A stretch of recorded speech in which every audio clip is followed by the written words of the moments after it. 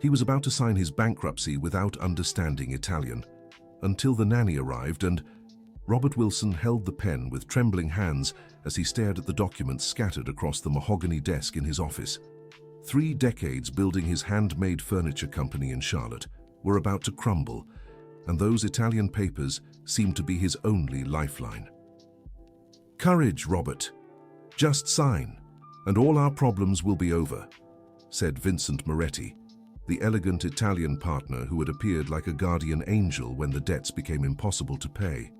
Jennifer, his wife of 22 years, squeezed his shoulder firmly. "Honey, you have no choice.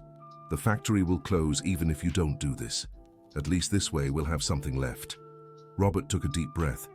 The machines had been idle for 3 weeks, the employees unpaid, the suppliers knocking at the door. How had everything spiraled so quickly?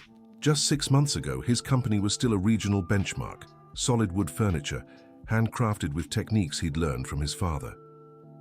"Mr. Wilson, time is money," Vincent insisted, pointing to a line in the contract. "Look here, this clause is very important. Your company stays protected and we only take on the debts. It's very simple." The businessman glanced at his wife, who nodded firmly. Jennifer had always been more decisive than him in business matters. It was she who had convinced Robert to take out those loans to expand production the year before, and it had been her idea to hire Vincent as a consultant after the Italian arrived with tempting export proposals for Europe. "But I don't understand a word of what's written here," Robert murmured, flipping through the dense pages of Italian text. "Amore, trust me," Vincent smiled, flashing perfect white teeth. "I've worked in furniture for 20 years. I know businesses like yours all over Italy. It's just bureaucracy. After this, you'll be back to normal production." Across the room, Mrs. Sophia Ricci quietly dusted a bookshelf. The 68-year-old woman had only been working for the family for 2 months, caring for little Emma, Robert's granddaughter, the daughter of his daughter Rachel, who lived in New York.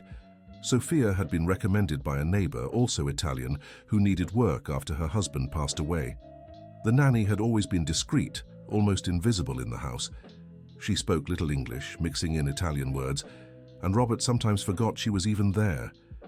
But at that moment, as Vincent spoke rapidly in his native language, Sophia dropped her dusting cloth. "Scusi," she murmured, bending to pick it up. But Robert noticed her eyes were fixed on the documents. "Sophia, can you leave the cleaning for later?" Jennifer asked, annoyed by the interruption. The older woman nodded, but didn't leave the room. She stood still near the shelf, pretending to organize books as Vincent continued explaining the clauses. "This part here is about the equipment," the Italian said, pointing to a paragraph. "We buy everything, but you keep using it for operations. It's like a rental, capiche?" Robert nodded, though he didn't fully understand. The pressure was immense. Just yesterday, the bank had given him an ultimatum: pay the overdue interest by the end of the week, or lose not just the factory, but also the home they'd lived in for 15 years. "What about the house?" he asked uncertainly. "House?" Vincent seemed surprised. "There's nothing about a house here. This is just business, Robert. Furniture, machines, factory land." Dear listener, if you're enjoying the story, take a moment to like and especially subscribe to the channel. It helps us a lot as we're just starting out. Now, continuing. Mrs. Sophia approached slowly, carrying a tray with coffee that no one had asked for. Her hands trembled slightly as she set the cups on the table right next to the documents. When Vincent leaned over to grab the sugar, the woman got a better look at what was written on the papers. Her eyes widened in horror. "Madonna mia," she whispered, almost inaudibly. But Robert was so nervous he noticed the nanny's reaction. "Sophia, is something wrong?" The woman looked at him, then at Vincent, then at Jennifer. Her face had gone completely pale. She opened her mouth as if to speak, but then shook her head and began to step away. "Non è niente, signor Robert. Scusi." But Vincent had noticed her reaction too. His dark eyes narrowed as he watched Sophia head for the door. "Aspetta," he called in Italian. "Tu parli italiano?" Sophia stopped mid-step, her entire body tense. She turned slowly, and Robert could see tears forming in her brown eyes. Un poco, she replied softly. Bene, bene, Vincent smiled, but there was something cold in that smile. So you understand what we're discussing here? The atmosphere in the room shifted completely. Jennifer seemed to sense something was wrong, and Robert felt a chill in his stomach. Why was Vincent so interested in what Sophia understood? Sophia, Robert said gently, if you understand Italian, maybe you could help me better grasp these documents? The nanny glanced again at Vincent, who still wore that icy smile. She took a deep breath, as if making a difficult decision. Signor Robert, she said, her voice trembling, may I speak with you in private? No, no, no, Vincent stood quickly. If she has questions about the contract, she can ask here. We're all familiar here, no? But Sophia didn't move. She kept looking at Robert with an expression that carried a heavy weight. Per favore, Signor Robert. È molto importante. Robert was confused. Why was a nanny who barely spoke English getting involved in his business? But there was something in the way she looked at him, an urgency he couldn't ignore. Vincent, would you mind if I spoke with Sophia for a few minutes? Maybe she can help clarify some terms. Robert, Jennifer snapped, you're not going to delay this deal over a maid who can't even speak proper English. The businessman looked at his wife, then at Vincent, who had lost all trace of his smile. È una perdita di tempo, the Italian muttered. Questi documenti are urgent. I must take them back to Italy tonight. Tonight? Robert was surprised. But you said I'd have time to review. Si, but plans changed. Vincent began gathering the papers. Perhaps it's better this way. Think it over and we'll talk tomorrow. But Sophia stepped forward. Non portate via I documenti, she said, her voice firm in a way that startled everyone. Signor Robert needs to know the truth. The silence that followed was tense. Vincent stopped collecting the papers. Jennifer glared from Sophia to her husband with growing irritation, and Robert felt like he was at the center of something he didn't understand. What truth, Sophia? He asked. The nanny took another deep breath, and when she spoke, her voice was clearer than Robert had ever heard it. Questi documenti. They are not to save your company, Signor Robert. They are to, how do you say, take everything. Everything. House, factory, land. Tutto quello che hai. Vincent took a step toward Sophia, but she didn't back down. You're crazy, old woman, he said in English, his accent thick. You know nothing about business. Capisco molto bene, Sophia shot back, and for the first time since Robert had known her, she seemed completely sure of herself. My husband worked with contracts in Italy. I helped him for 40 years, and I know exactly what's written here. Robert felt his legs weaken. He sank heavily into the chair, looking back and forth between Sophia and Vincent. What exactly does it say there, Sophia? Sophia grabbed the documents before Vincent could stop her. With practiced fingers, she flipped through the pages until she found what she was looking for. Here, she said, pointing to a specific paragraph, Cessione completa di tutti I beni immobili. That means you're giving him not just the factory, but also the house where you live. And here, she turned the page, tutto il patrimonio familiare. The entire family fortune. Robert's world collapsed. He looked at Vincent, who had taken on a furious expression. È una menzogna, shouted the Italian. She doesn't understand anything. But Sophia kept reading. And there's more, Mr. Wilson. Here it says you're giving up any future rights to the designs you created. Tutti I progetti, all your creations from the last 30 years, everything becomes his property. Robert stood abruptly, snatching the documents from Sophia's hands. Even without understanding Italian, he could now see some of the words she had mentioned. Cessione, patrimonio, proprietà. Jennifer, he said, turning to his wife, did you know about this? The woman was pale, looking from Vincent to Sophia, as if seeing ghosts. Robert, Vincent explained it was just temporary, that you two would restructure the company and then you'd get everything back. Temporary? Sophia nearly shouted, Italian fury rising within her. Mrs. Wilson, it says definitivo right here, nothing temporary. Your husband loses everything forever." Vincent tried to grab the documents back, but Robert held them tightly.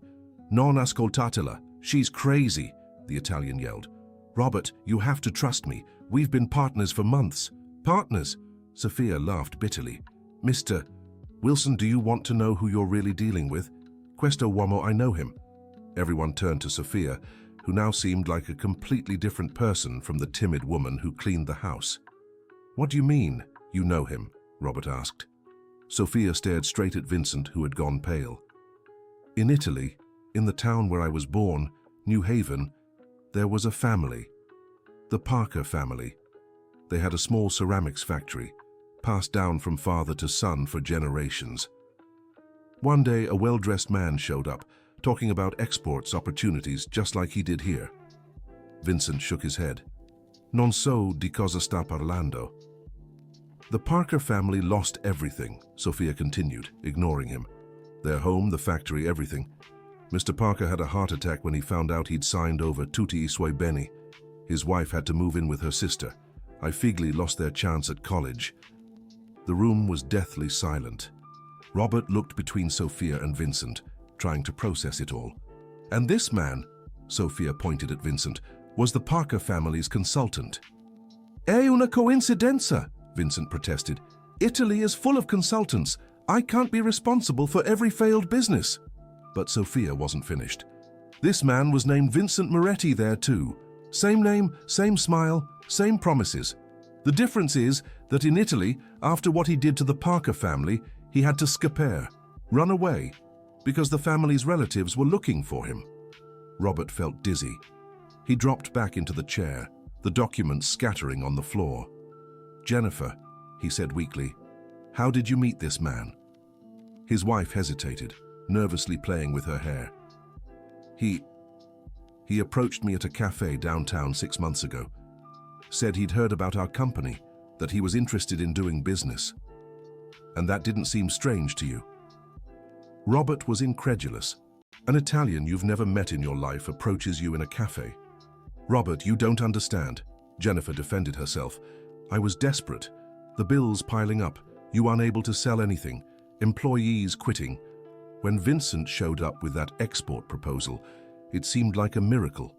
Sophia shook her head sadly. "Same story, Mrs. Wilson. The Parker family also thought it was a miracle when he appeared." Vincent, seeing the situation was completely out of control, played his last card. Fine, he said, taking on a more aggressive tone.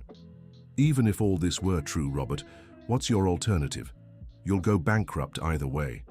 At least with me, you save something." "Save what?" Sophia protested. "He'll be left with nothing, not even a home." "It's better than going to jail for debt," Vincent shouted back. Robert jerked his head up. "Jail? What jail? In the United States, there's no prison for debt." Vincent realized he'd said too much. He stammered something in Italian and began pacing nervously around the room. Sophia watched him carefully. "Mr. Wilson," she said, "may I see the rest of the documents?" Robert picked up the papers from the floor and handed them to Sophia, who began flipping through them page by page. Her expression grew darker.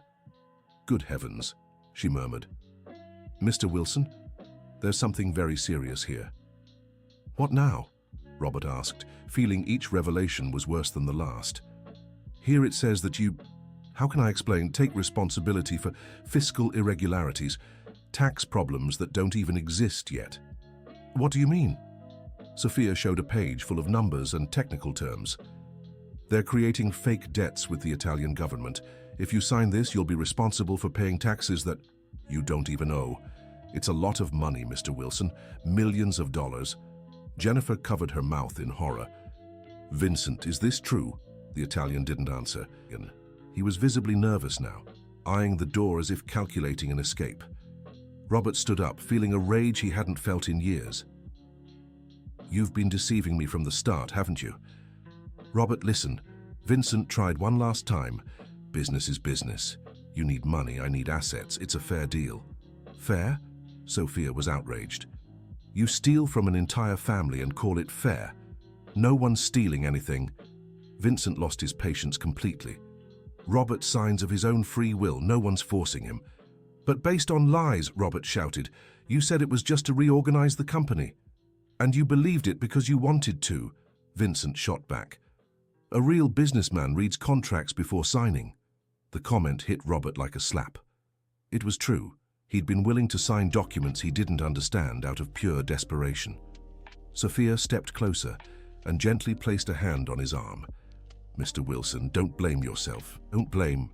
This man is a professional at deceiving desperate people. The Parker family were good, honest folks too. It's not your fault. Dear listener, if you're enjoying the story, don't forget to like and especially subscribe to the channel. It really helps us newcomers. Now continuing, Vincent realized the charade was over. He began gathering the scattered documents. Fine. If you don't want to do business, that's your problem. But don't come crying later when you lose everything anyway. Hold on, Robert said, stepping between Vincent and the door. You're not leaving like this. I want some answers. I owe you nothing. Vincent tried to push past him. Yes, you do. Sophia blocked the other side. The Parker family never got their answers. Maybe it's time they did. Vincent looked from one to the other, realizing he was cornered. His gentleman's mask had completely fallen away, revealing something far less pleasant beneath. What do you want to know? He asked irritably. How many families have you tricked like this? Robert asked. Vincent shrugged. It's business, Robert, if people are foolish enough to sign contracts without reading. Foolish? Sophia snapped. The Parker family worked for 3 generations. They were honest people who trusted a liar. And if they were so smart, why did they lose everything? Vincent smirked cruelly.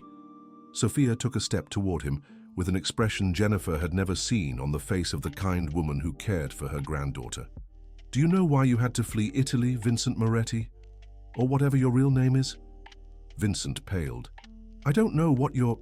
Because the youngest son of the Parker family, Joseph, found out where you were living, and he wasn't the only one looking for you. The Italian swallowed hard. You had to leave Italy in the middle of the night like a thief.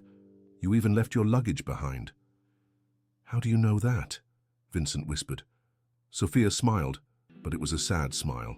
Because Joseph Parker was my son-in-law. The silence that followed was absolute. Robert and Jennifer gaped at Sophia and Vincent, trying to process the revelation. Your son-in-law? Robert stammered. My daughter Victoria was married to Joseph, Sophia explained, never taking her eyes off Vincent. When the Parker family lost everything, Joseph couldn't bear the shame. He's no longer with us. Robert realized Sophia was using a euphemism. Joseph had taken his own life. My daughter was widowed at 28 with 2 small children, Sophia continued, her voice heavy with pain. She had to move back in with her parents, work in a factory to support her babies. Vincent tried to head for the door again, but Robert blocked him. You're not leaving until you explain everything, he said, with a firmness he hadn't felt in months.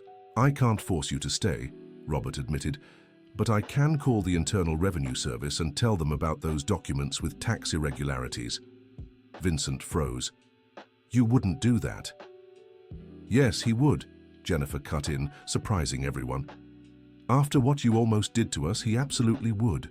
Sophia looked at Jennifer with approval. It was the first time Robert's wife had taken a firm stand against Vincent. Fine, Vincent sighed, sinking into an armchair. What do you want to know? First, Robert said, what's your real name? Vincent Moretti is my real name, but I'm not an export consultant. I'm, let's say, a middleman. A middleman for what? Vincent hesitated. I buy struggling companies for very low prices, then I resell them at normal prices. In other words, Sophia translated, you steal businesses from desperate families. It's not theft if they sign willingly, Vincent weakly defended himself. Based on lies, it is theft, Robert countered. How many companies have you bought this way? Vincent looked at the ceiling as if counting. A dozen, maybe, some in Italy, some in Spain, now here in the United States. Good Lord, Sophia murmured. 12 families destroyed. They weren't destroyed, Vincent tried to downplay it. Some managed to recover later. The Parker family didn't recover. Sophia stared him down. What about the others? Vincent didn't answer. Robert sat back down, feeling exhausted. The whole situation felt like a nightmare. "Why the United States?" he asked. "Why not stay in Europe?" "Because in Europe, people already know who I am," Vincent admitted. "Here, it's new territory. People are more naive." "Naive?" Jennifer snapped. "You mean honest people?" "Same thing," Vincent shrugged. Sophia stepped closer to Robert. "Mr. Wilson, may I ask you something?" "Of course, Sophia." "How exactly did your company get to this point?" 6 months ago, everything was fine, wasn't it?" Robert reflected. It was a good question. A year ago, his business had been stable. It wasn't rich, but it paid the bills. How had everything gone downhill so fast? "It started when Jennifer convinced me to take out loans to expand production," he recalled. "Then came the orders that got cancelled." "What orders?" Sophia asked, intrigued. "Large orders for hotels that Vincent had secured." Robert stopped mid-sentence, realizing something. "Wait, Vincent, did you actually secure those orders?" The Italian looked visibly uncomfortable. "Yes, but then the clients changed their minds." "Or they never existed," Sophia finished Robert's thought. "Mr. Wilson, did you ever meet these hotel clients in person?" Robert shook his head. "Vincent said they lived in New York, that it was better for him to handle it." "Of course it was better," Sophia said bitterly, "because they didn't exist. He made you spend all the loan money preparing furniture that was never delivered." The realization hit Robert like a punch to the gut. He'd been manipulated from the very first meeting with Vincent. The loans, the production expansion, the fake orders, it had all been planned to bankrupt him. "Jennifer," he said, turning to his wife, "didn't you suspect anything?" The woman was silently crying. "Robert, I wanted it to work out so badly. I was tired of counting every penny, of not being able to buy new clothes, of seeing my friends travel while we stayed home." "So you knew something was wrong?" "I didn't," she defended herself. "Or I had a strange feeling." But Vincent always had an explanation for everything. Sophia watched the couple's argument with sadness. "Mrs. Wilson," she said gently, "the Parker family went through the same thing. Mrs. Parker also wanted a better life for her children. It's normal, but this man takes advantage of that." Vincent, who had stayed quiet the whole time, finally spoke. "Fine, now that you've figured it all out, what are you going to do? You can't prove anything.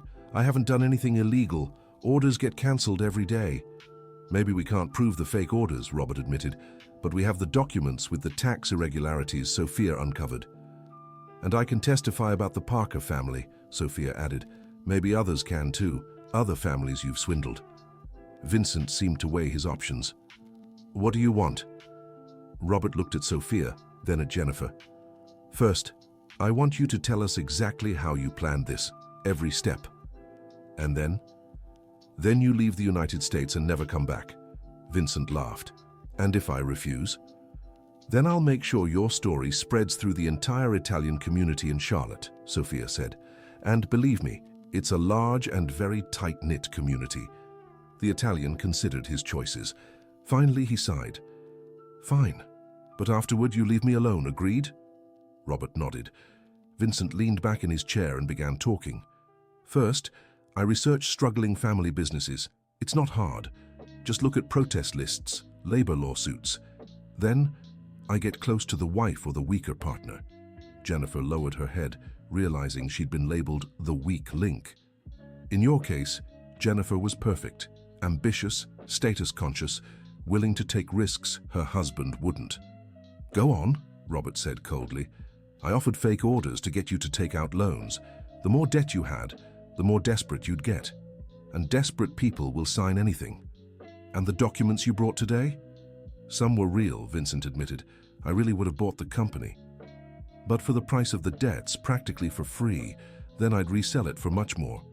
"And the house? The designs?" "Extra bonus," Vincent smirked cynically. "If you were stupid enough to sign without reading, that's your problem." Sophia shook her head in disgust. "This man has no heart." "I do have a heart," Vincent defended himself. "I have a family to support in Italy, 2 kids in university, an ex-wife who wants alimony." "And to support your family, you destroy others?" Robert asked. "It's business," Vincent repeated his favorite phrase. "In the world of business, There's no room for feelings. Robert stood up and walked to the window. Outside he could see his closed factory, the idle machines, the empty yard where there had once been constant movement from employees. 30 years of work, his father's teachings, the dreams for his daughter's future, all nearly lost because of a stranger's greed and his own naivety. "Vincent," he said, still looking out the window. "You're right. I was naive, desperate, and almost made a terrible mistake. But do you know the difference between us?" "What?" Robert turned to face him, and "I can sleep at night knowing I never harmed one family to benefit my own." Vincent didn't answer. "Sophia," Robert continued, "you said you could help me better understand these documents." "Of course, Mr. Wilson. I can translate everything for you." "Not just translate," Robert had an idea. "You mentioned you helped your husband with contracts in Italy. Do you understand the law?" Sophia smiled modestly. "A little. My husband was an avvocato, a lawyer. I always helped him with research, with documents. I'm not formally trained, but I understand very well." "Then maybe you can help me find a way out of this situation that doesn't involve losing everything." Sophia thought for a moment. "Mr. Wilson, may I ask a few questions about your debts?" "Of course." "The loan you took, what was it secured with?" "With the factory equipment," Robert answered. "Why? And the house?" "The house isn't involved in the loan." Sophia smiled. "Then it's better than I thought. Tell me, do you have any outstanding payments? Clients who owe you money?" Robert thought. "Yes, some city halls that bought furniture for schools, but are late on payments, must be around $80,000. "Excellent. And inventory? Finished furniture?" "Some, yes. About 50 pieces that were in production when we stopped." Sophia was excited now. "And suppliers, how much do you owe them?" "About 120,000. Sophia did quick mental calculations. "Mr. Wilson, maybe you don't need to sell everything. Maybe you can negotiate with the creditors." Vincent, who had been listening, cut in angrily. "Sophia, don't meddle where you don't belong. Robert is bankrupt. There's no other way." "And you'd rather he stay bankrupt so you can steal everything he has, isn't that right?" Sophia shot back. Jennifer, who had stayed quiet, finally spoke. "Sophia, do you really think there's a way out?" "Mrs. Wilson, there's always a way out for those willing to work honestly. The problem is when people look for solutions that are too easy." The words hit Jennifer like a sharp arrow. She lowered her eyes, knowing she had been the one pushing Robert to accept Vincent's easy offers. "How would this way out work?" Robert asked. Sophia stood and paced the room, thinking aloud. "First, you call all the clients who owe you money and negotiate an immediate payment with a discount. Better to get 80% today than 100% next year. Go on. Second, you sell the ready inventory at cost. It won't bring profit, but it'll pay part of the debts. And the suppliers. That's where you need to negotiate. You explain the situation, propose paying part up front and the rest in installments. Some will accept, others won't. But at least you won't lose everything." Robert was starting to see a light at the end of the tunnel. "What about the factory?" "You keep the factory, but you start small. Only produce what you've already sold. No more large inventories or expansions." Vincent laughed scornfully. "It's a child's plan, doesn't work in the real world." "Yes, it does." Sophia stared him down. "That's how my husband saved many businesses in Italy. Honest work, small steps, no miracles." Dear listener, if you're enjoying the story, take a moment to like and especially subscribe to the channel. It helps us a lot as we're just starting out. Now, continuing. "But there's still the issue of the bank loan," Jennifer reminded. Sophia nodded. "That's more complicated, but if you can pay at least part of it, maybe the bank will renegotiate the rest." Robert felt hope growing in his chest. It wouldn't be easy, but at least there was an alternative to despair. "Sophia," he said, "would you help me with these negotiations?" She smiled. "Of course, Mr. Wilson, but there's one condition." "What?" "You let me take care of little Emma for free during this time. It's my contribution to the family." Robert's eyes welled up. For months he'd felt alone, carrying the weight of their problems on his shoulders. Now a woman he barely knew was willing to help without asking for anything in return. Sophia, I can't accept that. You need your salary. Mr. Wilson, I'm a widow. I don't have many expenses. And after what this man did to my family, it'll be my pleasure to help you rebuild your business the honest way. Vincent stood abruptly. Fine. If you want to play savior, that's your problem. But when you fail, don't come crawling back to me. Don't worry, Robert said.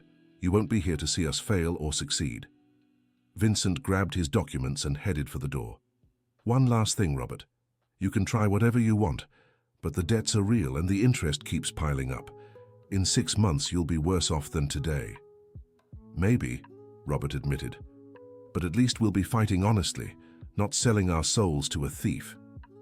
Vincent opened the door but turned back one last time. Sophia, you think you're a heroine, but you're just delaying the inevitable. This family will lose everything anyway. Sophia walked to the door and faced Vincent.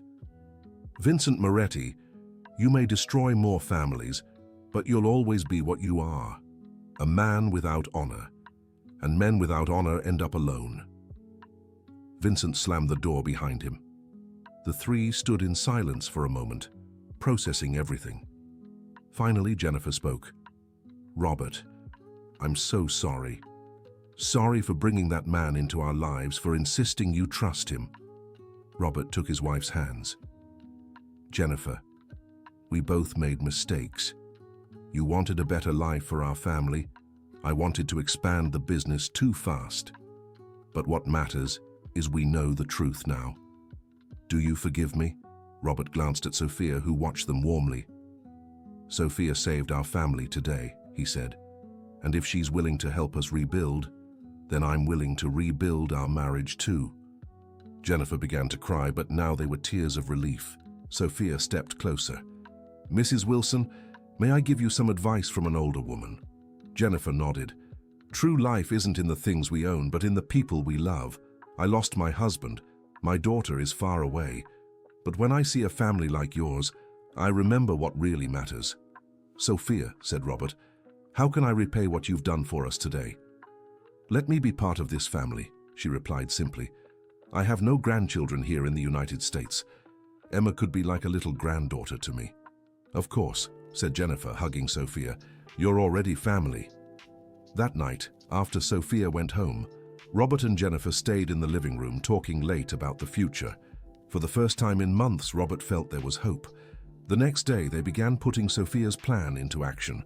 The first call was to their largest debtor, Greensboro City Hall, which owed $42,000 for school furniture. Good morning, this is Robert Wilson from Wilson Fine Furniture. I'd like to speak to the person in charge of purchases. After being transferred several times, he finally got through to the superintendent of education. Mr. Wilson, look, the state funds are delayed, but the payment will definitely go through next month. Superintendent, I need the payment today. I'm facing serious financial trouble. If you can pay up front, I can offer a 15% discount. There was a pause on the other end. 15%? That would be, let me calculate, about $6,000 off? Exactly. $36,000 up front, today. Let me see what I can do. I'll call you back in an hour. Robert hung up and found Sophia making coffee in the kitchen. How did it go? She asked. They're considering it. Sophia, what if it doesn't work? Mr. Wilson, my husband always used to say, nothing ventured, nothing gained. You're doing the right thing. The phone rang 40 minutes later. It was the superintendent. Mr. Wilson, I managed to authorize the payment. When can you come collect it? Robert nearly shouted with joy. I can come right now. Here's what we'll do, Sophia suggested, when Robert shared the good news. While you go get the money, I'll call the other debtors. You'd do that? Of course. Sometimes a woman's voice gets more sympathy. Sophia wasn't wrong. When Robert returned with the City Hall check, she had secured promises for another $22,000 to be paid the following week. How did you manage it? Robert asked, amazed. I told them I was a grandmother helping the family, Sophia smiled, and that if they didn't pay, this grandmother would be very sad. Jennifer, who had been watching everything, laughed for the first time in weeks. Sophia, you're a wonder. I'm just a woman who knows life is hard for everyone, but harder for those without a united family. With the first $58,000, Robert paid the most urgent suppliers and negotiated terms with the others. To his surprise, many were understanding when he honestly explained the situation. "Mr. Wilson," said Mrs. Thompson, who ran the hardware store supplying them, "my husband went through this too. You can pay half now, and the rest in 6 installments, no interest." "Mrs. Thompson, are you sure?" "Absolutely. Honest families always find a way to pay. It's the smooth talkers promising the moon that worry me." By the end of the first week, Robert had settled 60% of his debts and arranged terms for the rest. The bank was still an issue, but at least the situation was no longer desperate. Sophia had become essential to the effort. Besides helping with negotiations, she looked after Emma while Robert and Jennifer worked, and even found time to organize the house and cook Italian dishes that lifted everyone's spirits. "Sophia," Robert said one afternoon as she taught Emma to make gnocchi, "you're doing so much more than you promised." "Mr. Wilson, when someone finds a family worth helping, they do everything they can. But you have your own life." Sophia stopped kneading the dough and looked at him seriously. "My life, Mr. Robert, was molto lonely before I met you all. Now I have a familiar again. I have purpose. I have joy. Chia helping whom?" At that moment, Emma ran to hug Sophia, getting flour all over the lady's apron. "Nonna Sophia, when will the gnocchi be ready?" Sophia looked surprised at the little girl. "Cosa did you say, Piccolina?" "When will Nonna Sophia's gnocchi be ready?" Sophia knelt beside Emma, her eyes filled with tears. "You called me Nonna." "Of course," said Emma with the naturalness of children. "You're my Italian grandma, right?" Sophia hugged the girl, crying with emotion. Robert felt a lump in his throat watching the scene. "Grazie, piccola," Sophia whispered. "Grazie for making an old woman happy." 2 weeks later, Robert received an unexpected call.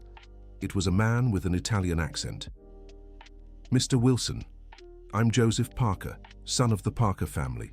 Sophia Ricci gave me your number." Robert tensed up. It was Sophia's son-in-law, the man who had searched for Vincent in Italy. "Joseph, how can I help you?" "Mr. Robert, I heard you were also targeted by Vincent Moretti. I wanted to know, did you lose everything?" "Actually, no." Robert explained how Sophia had saved them. "Your mother-in-law helped us see the truth in time." "Grazie a Dio," Joseph sighed in relief. At least one family managed to escape. "Joseph, if you don't mind me asking, what exactly happened to your family?" There was a long pause. "Mr. Robert, mio padre was a proud man. When he realized he had lost everything because of his own naivety, he couldn't live with the shame. I also failed to protect my family, and it destroyed me for a long time." "I'm so sorry, Joseph." "Ma, now knowing Sophia is well, that she's helping another family, it gives me speranza. She was always la strongest of us all. She's an incredible woman." "Sì, è vero. And Mr. Robert?" "Yes? If you ever need qualsiasi thing, you can count on me. Sophia's familia is my family too." After hanging up, Robert told Sophia about the conversation, and she was moved to hear Joseph was doing well. "Mr. Robert, do you know why I decided to help you? Out of kindness. Not just. Also out of anger. When I saw that Stronzo trying to do to you the same thing he did to the Parker family, I felt a fury I hadn't felt in years. It was my chance to bring Giustizia, and you succeeded. Not completely. Vincent is still out there, probably looking for another family to deceive." Robert thought about it. Vincent had indeed left, but he was likely searching for new victims. "Sophia, do you think we should do something to warn others?" Sophia smiled. "I already did, Mr. Robert. I told tutte le Italian families I know here in Charlotte, and they told others. Vincent Moretti won't find easy victims here." A month later, Robert secured a meeting with the bank manager.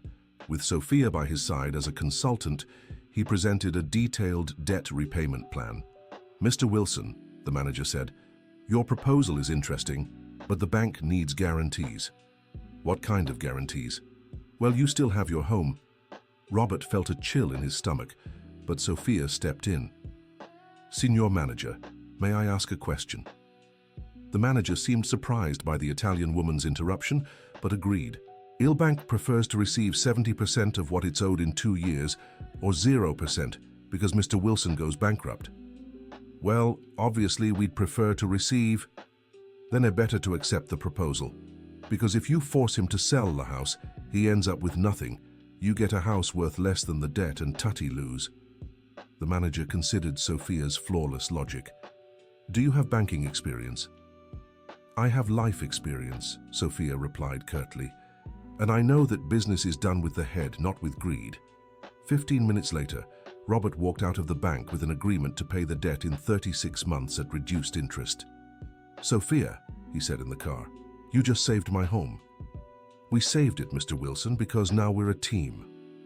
6 months passed. Robert's factory was up and running again, smaller than before, but steady. He had rehired 5 of the 10 employees he had let go, and the orders, though modest, were all real and paid in cash. Sophia had officially become part of the family. She looked after Emma, helped with the company's administration, and had become Jennifer's confidant as Jennifer slowly regained the self-esteem she'd lost during the crisis. "Sophia," Jennifer said one evening as they prepared dinner, "can I ask you something personal?" "Of course, dear Jennifer. Don't you miss Italy, your daughter?" Sophia stopped chopping tomatoes and thought for a moment. "I do, yes. But Victoria is happy now. She has a new partner. The children are growing up well. She doesn't need a worried mother meddling in her life anymore." "But you could go back and leave all this." Sophia gestured to the living room, where Robert was helping Emma with her homework. "Leave a family that's given me purpose again." "No, dear Jennifer, my place is here." Just then, Emma came running into the kitchen. "Grandma Sophia, Daddy said tomorrow we can visit the factory again." "How wonderful, little one." Sophia hugged the girl. "And will you help Grandpa make furniture?" "Yes, he said I can paint a little chair just for me." After Emma returned to the living room, Jennifer looked at Sophia fondly. "You know she loves you as if you were her real grandmother, right?" "And I love her as if she were my own granddaughter," Sophia smiled. "Life is strange, Jennifer. Sometimes we lose one family and gain another." That night, after everyone had gone to bed, Robert found Sophia on the porch, gazing at the stars. "Can't sleep?" he asked. "I was thinking," she replied, "about how life can change in a single day." "Are you talking about the day we found out who Vincent really was?" "Yes, but not just that. Also the day I decided to come work for you. If I hadn't, Vincent would have gotten what he wanted." Robert sat beside her. "Sophia, I think about that every day. Think about that. If you hadn't been there, if you hadn't understood Italian, if you hadn't known the Parker family, those weren't coincidences, Mr. Wilson." "What do you mean?" Sophia turned to him. "My daughter always says, 'Mom, maybe Dad is watching over us from heaven, sending people to help when we need it. Maybe my husband sent me to this family because he knew you needed me.'" Robert felt a chill. "Do you really believe that?" "I don't know. But I do know that when good people come together, good things happen." 2 years later, Robert paid off the bank debt completely. The company, though smaller, was solid and profitable.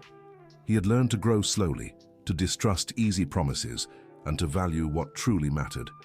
Sophia had become a naturalized citizen and was regarded by everyone as the family's true matriarch. Emma, now 8, was fully bilingual and loved telling her friends about her Italian grandma. Jennifer had changed completely. The ambitious, status-driven woman had given way to someone more grounded and content with the simple life. She had begun helping Sophia teach Italian to children in the community, discovering a passion for teaching. One day, Robert received a call that left him tense. It was Joseph calling from Italy. "Mr. Wilson, I have news about Vincent Moretti. Did he go back to Italy?" "Not exactly. He was arrested in Canada, trying to scam a family of wine producers. Apparently they weren't as kind as you were." "Arrested for what?" "For forging documents and fraud. He'll spend a few years in prison." Robert felt a mix of satisfaction and sadness. Satisfaction because Vincent could no longer harm other families, sadness because someone had chosen such a destructive path. "Joseph, how did you find out?" "I never stopped looking for that man, Mr. Wilson. And finally, justice was served." "And your family? How are things?" "Better, much better. Victoria remarried to a very good man. The children are growing up happy, and I've learned to live with the past." "That's good, Joseph. And Sophia, how is she?" "Sophia is doing great. She's part of our family now." "Perfect. She's always been special. Give her a kiss from me." When he shared the news with Sophia, she listened in silence. "How do you feel knowing Vincent was arrested?" Robert asked. Sophia thought for a long moment. "I don't feel joy, Mr. Wilson. I feel, how do you say, closure. Now I can stop worrying about other families suffering like the Parker family did. It's over." "What about Joseph?" "Joseph is a good man. I'm happy he finally found peace." That night, the Wilson family celebrated with a special dinner prepared by Sophia. They weren't celebrating Vincent's arrest, but everything they had built together over the past 2 years. "I'd like to make a toast," Robert said, raising his wineglass. "To Sophia, who saved our family not once but 1,000 times. To the bravest grandma in the world," Emma shouted, lifting her juice glass. "To true friendship and a united family," said Jennifer. Sophia, her eyes brimming, raised her glass. "To second chances," she said. "And to families who find each other when they need it most." The next day, Robert had a surprise. A young man showed up at the factory asking for Sophia. "I'm Michael Parker, Joseph's son," he explained. "I came from the United States to study business at Columbia University. My father told me to look for Sophia Ricci." Robert took him to the house, where Sophia was teaching Emma how to make ravioli. When Sophia saw Michael, she nearly fainted. "Michael! Oh my God, how you've grown!" "Hi, Grandma Sophia." The young man hugged her warmly. "Dad sent me to give you this." He pulled a framed photo from his backpack, Joseph with his new wife and children, all smiling in a flower-filled garden. "And this," Michael continued, handing her an envelope. Sophia opened it with trembling hands. Inside was a letter and a check. "What is this?" she asked, staring at the check. "Dad sold our grandparents' house and wants to split the money with you. He said you've always been part of the family, and family shares everything." Sophia began to cry. "I can't accept this." "Yes, you can," Michael insisted. "And there's more. Dad wants you to visit Italy next year. He'll pay for everything." Sophia looked at Robert and Jennifer, as if asking for permission. "Sophia," Jennifer said, "you should go. You deserve to see your daughter and meet your grandchildren. But I can't leave you all." "We'll be here when you get back," Robert assured her. "This is your home now, but your Italian family is important too." Sophia hugged Michael again, then stretched her arms to include Robert, Jennifer, and Emma in the embrace. "Do you know what's the most beautiful part of all this?" she said, smiling through her tears. "What?" Emma asked. "That when I tried to help you, I ended up saving myself too." Michael spent 2 weeks with the family learning the full story of how Sophia had stopped Vincent from destroying another family. When he left for New York, he promised to visit often. "Sophia," he said before leaving, "you know Papa always regretted not getting to know you better when you were young. He says, if he had listened to you more often, maybe things would have been different." "Michael, the past is past. What matters is the future, and you have a beautiful future ahead of you." A few months later, Sophia made her first trip back to Italy in 3 years. It was an emotional reunion with Victoria and her grandchildren, but also a confirmation that her new life in the United States was exactly where she belonged. "Mom," Victoria said at their goodbye, "you look 10 years younger. The US has been good for you." "It's true, my dear. I found a family that made me feel useful again." "And are they happy with you?" Sophia smiled. "More than happy. We're a real family now." When she returned to the US, Sophia brought Italian gifts for everyone and hundreds of photos to share. But what struck Robert most was how she spoke about the trip. "It was good to see everyone," she said during the welcome dinner, "but with each passing day, I missed home more and more." "Italy?" Emma asked. "No, sweetheart. Here, all of you. This is my home now. 5 years had passed since the day Sophia had saved the Wilson family. The business had grown sustainably. Robert had become a respected figure in honest business practices in the region, and Sophia was seen as a maternal figure by the entire Italian community in Charlotte. One Saturday afternoon, as the whole family gathered in the living room watching a movie, Sophia had a sudden realization. "Do you know what makes me happiest about all this?" she said. "What, Grandma?" asked Emma, now a 12-year-old preteen. "That no one in this family will ever be fooled by someone like Vincent again." "Why not?" Jennifer asked. "Because now you all know that if something seems too good to be true, it probably is. And because you've learned that real wealth isn't in contracts or money." "Then what is it?" Robert asked, though he already knew the answer.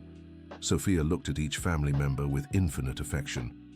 "In family, in the people we love and who love us back, in honest work, in the peace of mind that comes when we know our actions don't harm others." At that moment, the phone rang. It was Joseph, calling from Italy with news. "Mr. Wilson, I have news that Sophia will love." "What news?" "Michael just graduated from Columbia University. And do you know what he wants to do?" "Tell me."